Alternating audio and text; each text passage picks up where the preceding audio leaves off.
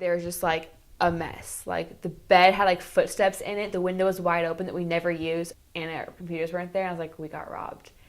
Arturo Galvan, the man who robbed homes like this one and countless others, was taken into custody by Fullerton police on Friday. By Saturday, he had already been released. Galvan was charged with burglary, receiving stolen property, and peeping and prowling, but was released on $200,000 bail. Kind of sucks that he's out on bail considering the money he probably used was probably from all our stolen stuff. Stolen stuff, belonging to at least 24 victims, has already been recovered by police. So we took all of our laptops. One of my roommates had an iPad, so we took that. Another had a really nice camera, so we took that. And he also got all of our wallets. Some of these victims even had personal encounters with Galvan.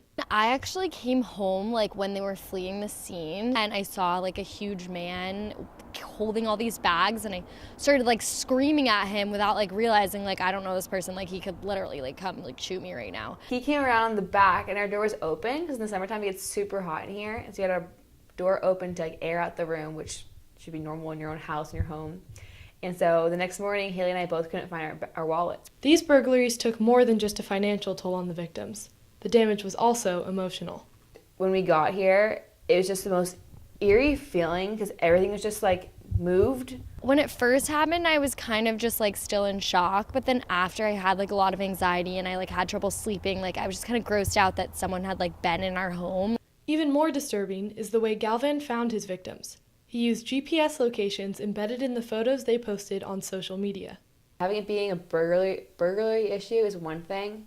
They just take your stuff and leave. It's not like they were stalking you. But the fact that he literally had screenshots of our Instagrams on his phone when he got like searched is the creepiest thing around, because he had been like literally looking at our faces in our lives for months probably. Many of his targets were female, and items he stole from them were incredibly personal. They're targeting girls, and like this guy's kind of a pervert. My roommates went to the police station and said there was just piles and piles of just underwear, which is absolutely disgusting. The fact that he has some kind of weird like sexual fetish with like stealing girls' underwear makes it even more creepy and like violating. And so it takes it to another level.